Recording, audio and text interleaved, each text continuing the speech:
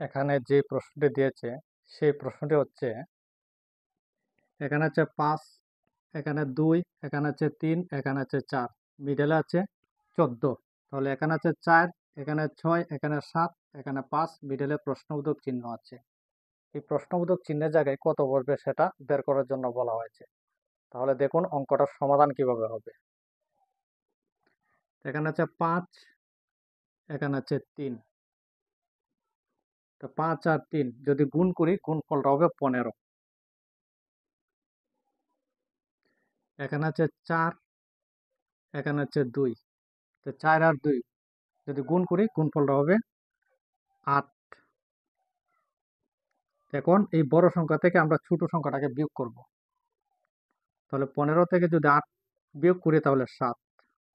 এই 7-এর সঙ্গে আবার 2 গুণ করতে হবে।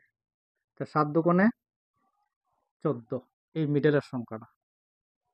তো এটাকে আমরা যেভাবে ক্যালকুলেশন করেছি এটাও সেম ভাবে আমরা ক্যালকুলেশন করব। তাহলে দেখুন 4 আর 7 যদি গুণ করি এই গুণফলটা হবে 28।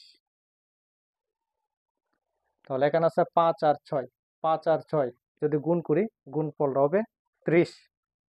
30 থেকে আমরা 28 বিয়োগ করতে হবে। সবসময় বড় নাম্বারটা থেকে ছোটটাকে বিয়োগ করতে হবে এখানে।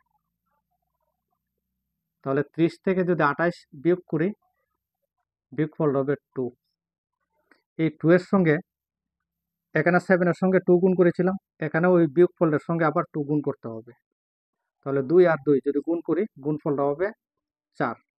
এই প্রশ্নবোধকের জায়গায় আনসারটা বসবে 4। তাহলে এখানে অপশন 4টা হবে কারেক্ট আনসার।